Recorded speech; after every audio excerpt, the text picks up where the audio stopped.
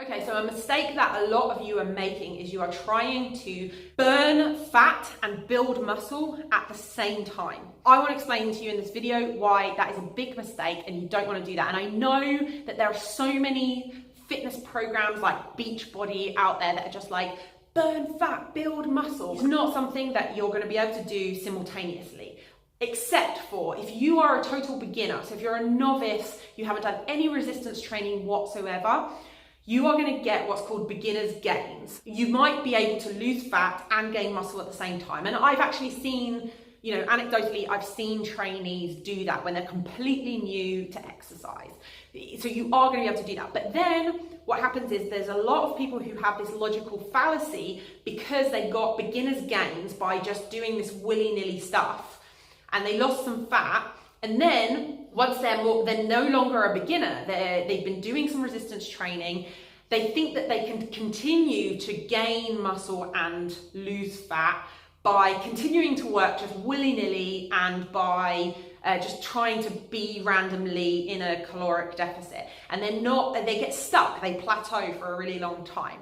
And the reason why is because you've exhausted your beginner gains, and in order to continue working towards goals, you need to get more specific with your training variables. What I do with clients online and in person is helping them get much more specific and manipulate the training variables to get to where they want to go. So if you want to gain muscle, right?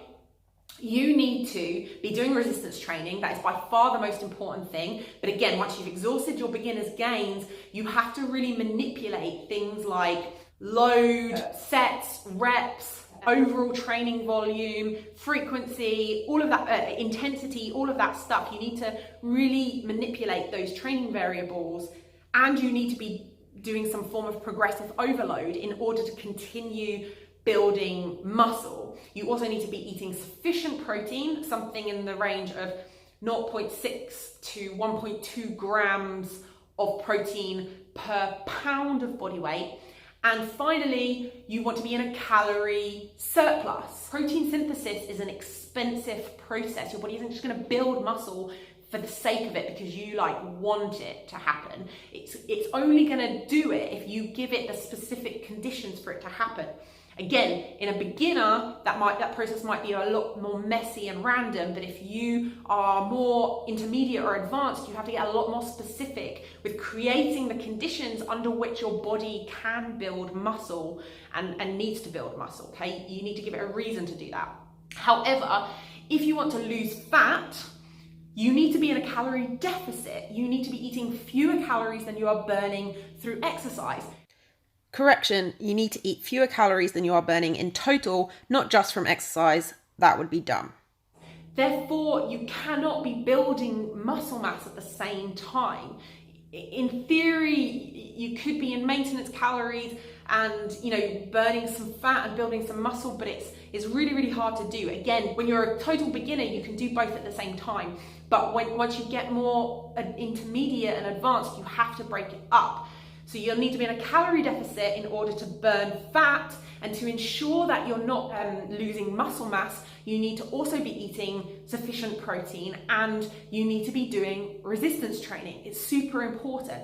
So the holy trinity of stupid shit that women do is they go on a 1,500 calorie diet, they do tons of cardio and no resistance training, and they aren't eating anywhere near enough protein. They usually eat loads and loads of fat, because fat is super popular and fashionable today. So don't make this big training mistake. If you are not a beginner and you've gotten stuck, this is probably why.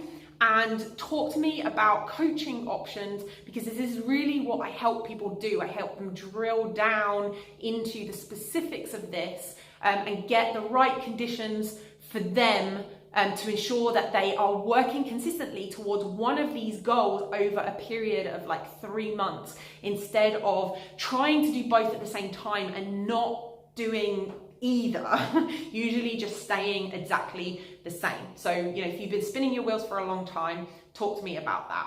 But don't make this big mistake. Don't try and do both at the same time. Decide if you want to build muscle or burn fat, and then commit to that for at least 3 months. That's it.